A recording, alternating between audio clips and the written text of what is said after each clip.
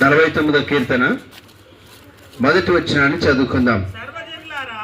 సర్వజనులారా ఆలకించుడి, సామాన్యులేమి సామంతులేమి ధనికులేమి దరిద్రులేమి లోక నివాసులారా మీరందరూ ఏకముగా కూడి చెవి ఎగ్గిడి అంటున్నాడు. ఒకరితో మాట్లాడతలేడండి. ఒకవేళ ఒక కుటుంబ యజమాని లేచి మాట్లాడితే, లేకపోతే చుట్టూ కూర్చోబెట్టుకొని మాట్లాడితే భార్యతోనో పిల్లలతోనో వారి కుటుంబంతోనే మాట్లాడతాడు. ఒక వ్యక్తి ఏదైనా సమాజంలో సంఘంలో మాట్లాడుతున్నప్పుడు ఒక వర్గాన్ని ఉద్దేశించి మాట్లాడతాడు, లేక తప్పు చేసిన వ్యక్తిని గురించి మాట్లాడతాడు, లేదా ఒక మంచి పని చేసిన వ్యక్తి గురించి మాట్లాడతాడు. కానీ ఇక్కడ మాట్లాడుతున్నటువంటి మాటలో మాట్లాడుతున్నటువంటి వ్యక్తి ఏమని మాట్లాడుతున్నాడంటే సర్వజనులారా అంటున్నాడు. అంటే లోకంలో మనిషిగా పిలువబడుతున్న ప్రతి మానవునితోనో మనిషితోనో ఆయన మాట్లాడుతున్నటువంటి మాట ఏంటంటే, ఇదిగో మీరందరూ కూడా వినాలి. ఒకవేళ నాకు జ్ఞానం లేదులే, నేను చదువుకోలేనులే, నేను మోటోన్లే, నేను పల్లెటూరులే అని అనుకోవద్దు నువ్వు. కానీ అందరూ కూడా వినాలి. ధనం లేని వాళ్ళు అనుకో ధనికులం కాదయ్యే కూర్చొని ఏదో సంగతులు వినడానికి అని నువ్వు అనవచ్చేమో. నువ్వు ధనవంతుడమైనా దరిద్రుడమైనా, జ్ఞానం ఉన్నా లేకపోయినా, నువ్వు మనిషి పుట్టుకగా ఈ లోకంలో పుట్టావు గనక నీవు ప్రతి ఒక్కడవు మనుషులందరూ కూడా ఈ మాటలు వినాలి అంటున్నాడు. అంటే అందరితో కలిపి ఒకేసారి అందరిని ఉద్దేశించి మాట్లాడుతున్నాడు. అంటే ఇది ఎంత లోతైన విషయం అయితేనే అంత బలంగా ఆయన మాట్లాడుతూ ఉంటాడు. స్కూల్లో పిల్లలకు మరి ఆ టీచర్స్ పాఠం చెప్తున్నప్పుడు అంటారన్నమాట, రే జాగ్రత్తగా వినాలి, ఇది తప్పకుండా ఎగ్జామ్లో వస్తుంది అని నొక్కి ఒక్క నుంచి చెప్తా ఉంటాడు. నిజంగా అట్లా చెప్తున్నాడంటే అది వచ్చే ప్రశ్న అయితేనే అలాగున్న చెప్తా ఉంటాడు. దేవుని నామానికి మహిమ కలుగును గాక. కనుక ఇక్కడ మాట్లాడుతున్నటువంటి మాట ఏంటంటే, జ్ఞానము కలిగిన వారులారా, ఇదిగో ధనవంతులారా, పేదవారులారా, సర్వలోక నివాసులారా మీరందరూ కూడా నా మాట వినండి అంటున్నాడు. 2వ వచనంలో మాట్లాడుతున్నాడు. ఏమిటిది ఆ మాట, ఏం మాట్లాడుతున్నానో అని చెప్పి ఆ విషయాన్ని జ్ఞాపకం చేస్తున్నాడు. 2వ వచనం, నా నోరు జ్ఞాన విషయములను పలుకును, నా హృదయ ధ్యానము పూర్ణ వివేకమును గూర్చి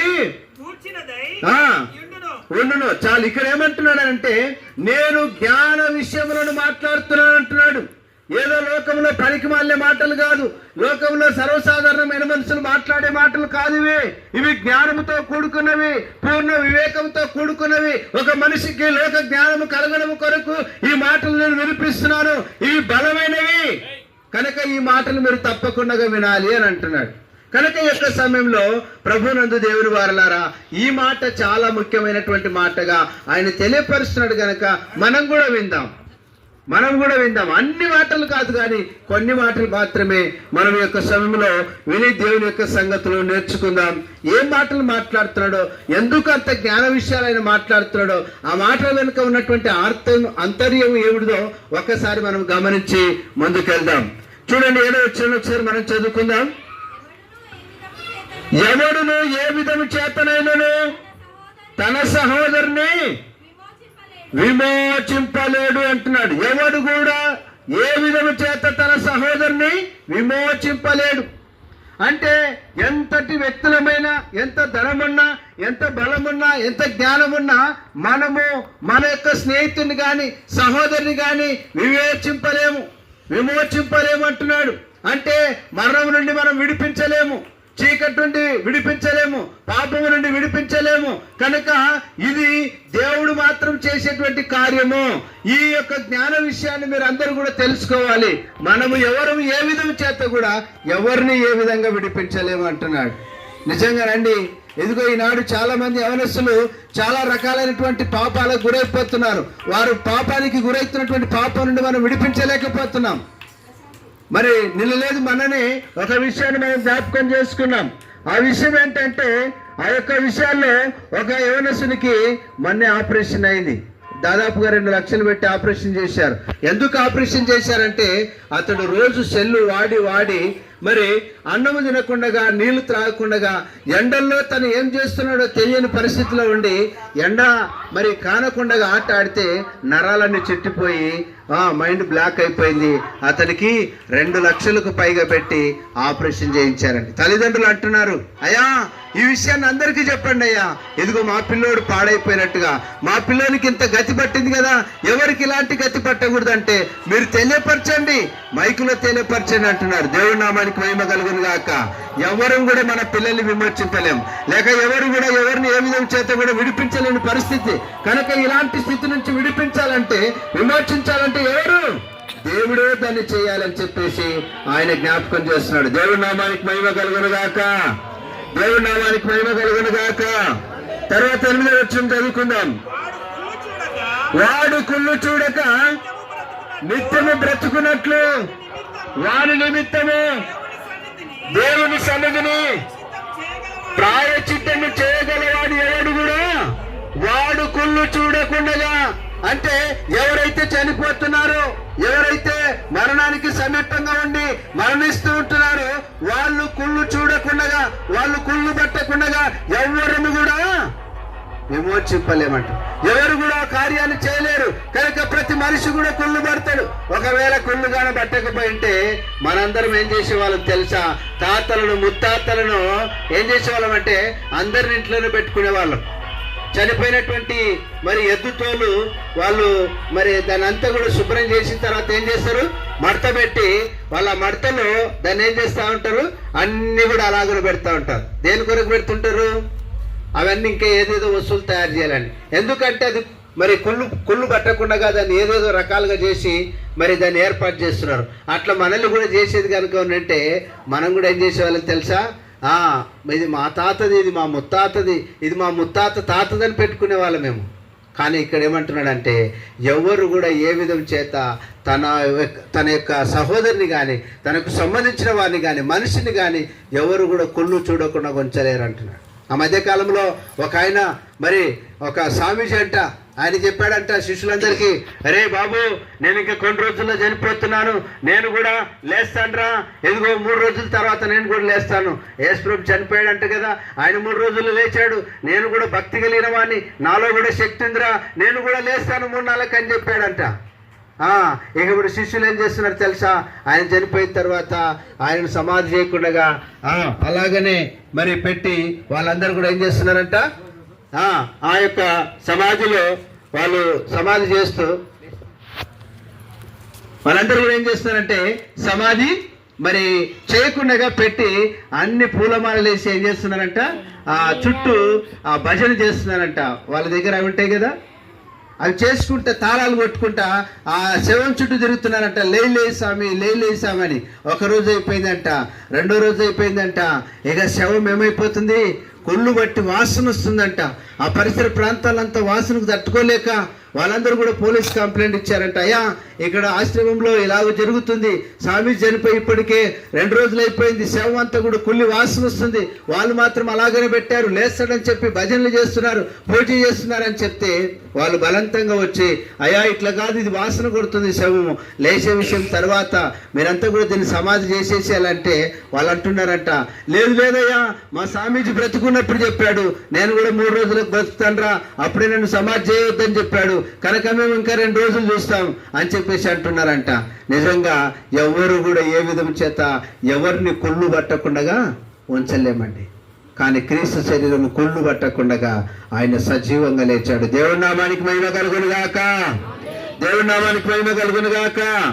ఈ జ్ఞాన విషయము మీరందరూ కూడా తెలుసుకోవాలని చెప్పేసి ఆయన జ్ఞాపకం చేస్తుంటున్నాడు. తర్వాత మరి 8వ వచనంలో 2వ లైన్ చదువుకుందాం. వారి నిమిత్తము దేవుని సన్నిధిని ప్రాయశ్చిత్తము చేయగలవాడేవాడు లేడు.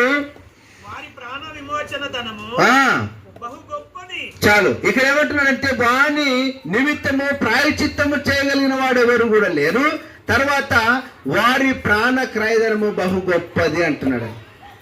ప్రాణ విమోచనము చేయగలిగిన అంటే ఈ యొక్క పాపముల నిమిత్తము క్రయధనము చెల్లించుటకు ఎవరి వల్ల సాధ్యము కాదండి. ఒకవేళ నీ కొడుకు తప్పు చేస్తే, అయ్యా వాడు తప్పు చేశాడు కదా, తప్పుకి ఎంత అవుతుందో సరే నేను కడతానని చెప్పి నువ్వు కట్టొచ్చేమో. కానీ నీ కొడుకు పాపం చేస్తే, అయ్యా వాని పాపాన్ని నేను తీసివేస్తానని ఎవరైనా తీసివేస్తారా? తండ్రికి ఉందా తీసేయడానికి? ఒకవేళ తండ్రి చేసిన పాపం కొడుకు తీసేయడానికి ఉందా? లేదండి. ఎవరు చేసిన పాపం ఎవరు తీసేయడానికి లేదు. ఈ యొక్క మరి ప్రాయశ్చిత్తము చేయడానికి ఎవరికి కూడా వీల్లేదు. కానీ ఆ క్రయధనము ఎంతో గొప్పదంటాడు. ఆ ప్రాయశ్చిత్తము క్రయధనము చెల్లించడానికి ప్రభు అయిన యేసుక్రీస్తు ఏం చేశాడంటే పరలోకము నుండి భూలోకానికి వచ్చాడు. దేవుని నామానికి మహిమ కలుగును గాక.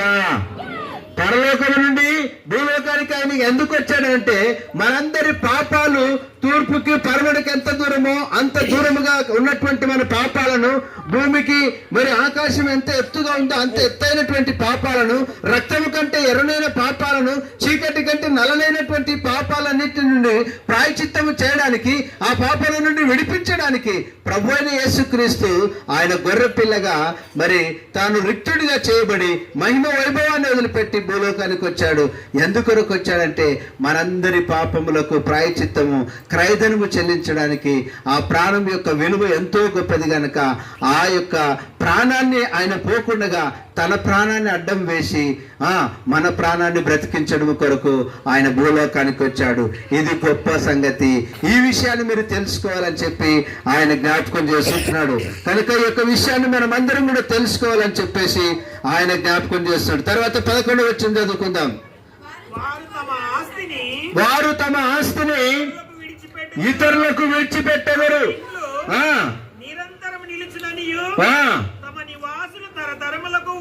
ఉండుననియు వారు అనుకొందరు. చాలు. ఇక్కడ ఏమంటున్నాడంటే వాళ్ళ యొక్క విషయంలో ఆయన జ్ఞాపకం చేస్తూ తమ ఆస్తిని ఇతరులకు వదిలిపెట్టేదరు అంటున్నాడు.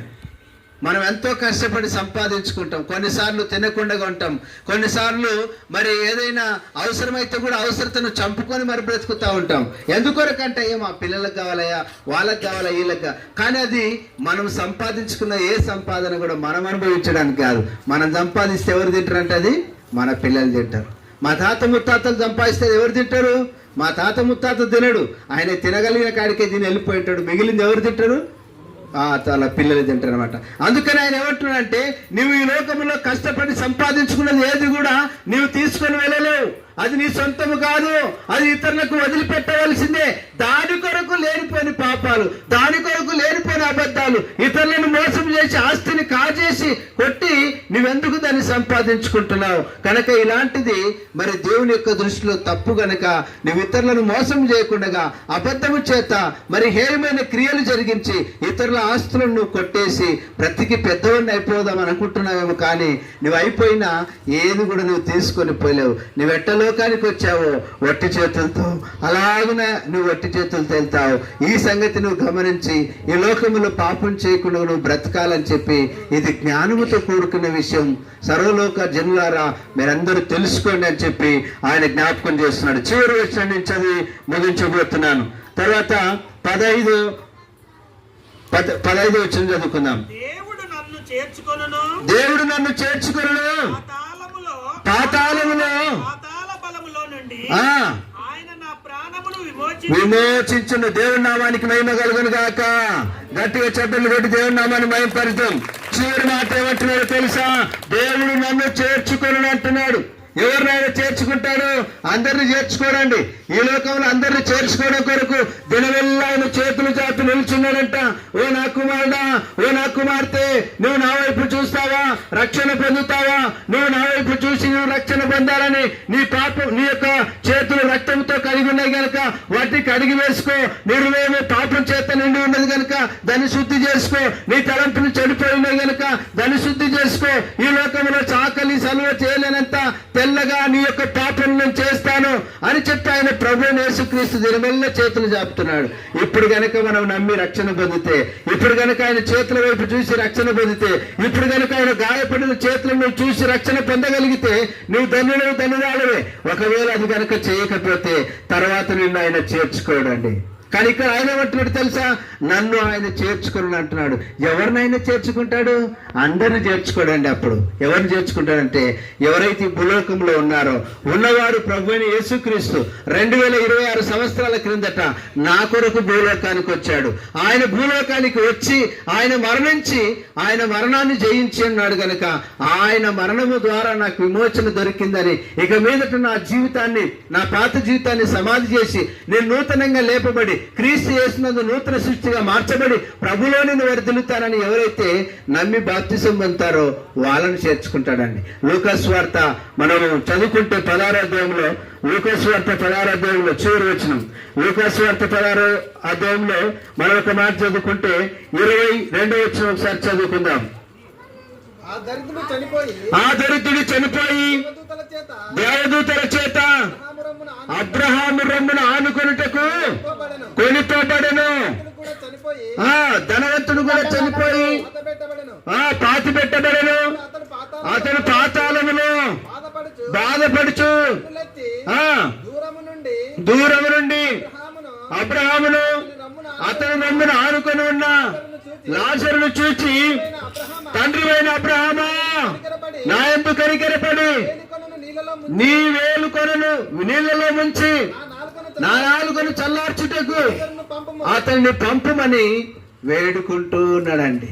చాలా వేడుకుంటున్నాడు. చివరిగా 25 వచ్చింది చదవండి.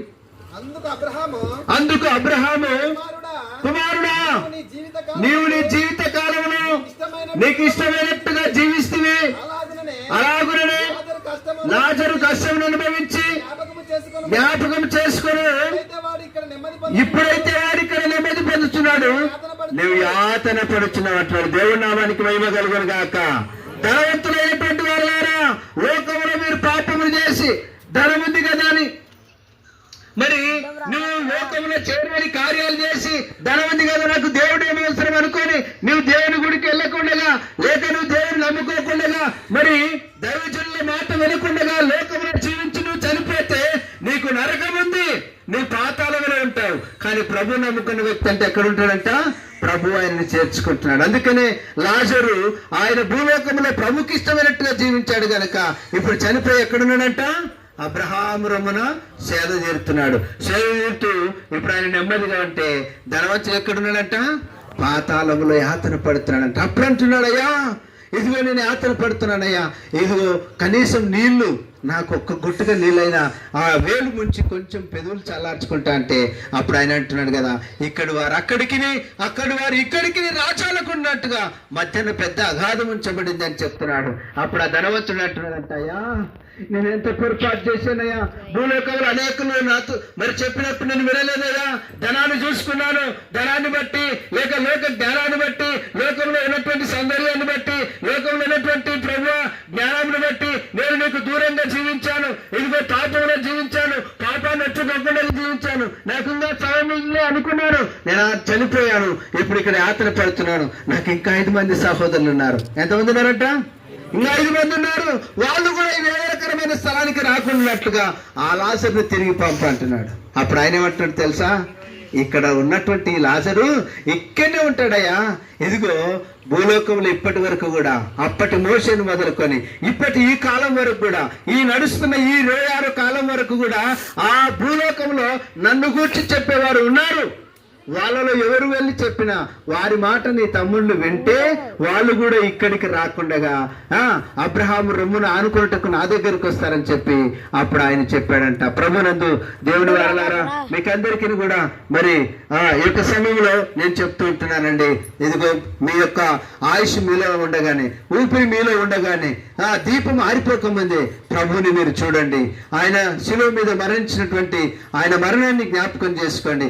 ఆయన చేతులకు కొట్టబడిన మేకులను జ్ఞాపకం చేసుకోండి. ఆయన పక్కలో కూర్చోబడినటువంటి బల్లెపు పోటును జ్ఞాపకం చేసుకోండి. ఆయన తల మీద కొట్టబడినటువంటి ముళ్ళ కిరీటాన్ని మీరు జ్ఞాపకం చేసుకోండి. అవన్నీ ఆయన పాపం చేసినందుకు కాదండి, ఆయన ఏదో దోషం చేసి కాదండి, నేరం చేసి కాదండి, అవన్నీ కూడా మనం భరించవలసింది, ఆ శిక్షను మనం పొందవలసింది. కానీ ఆ శిక్షను తన మీద వేసుకొని ఆయన మనల్ని మరణం నుండి విడిపించాడు.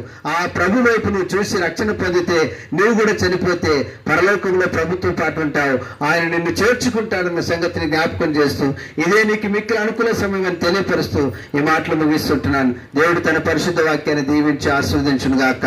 ఆమేన్.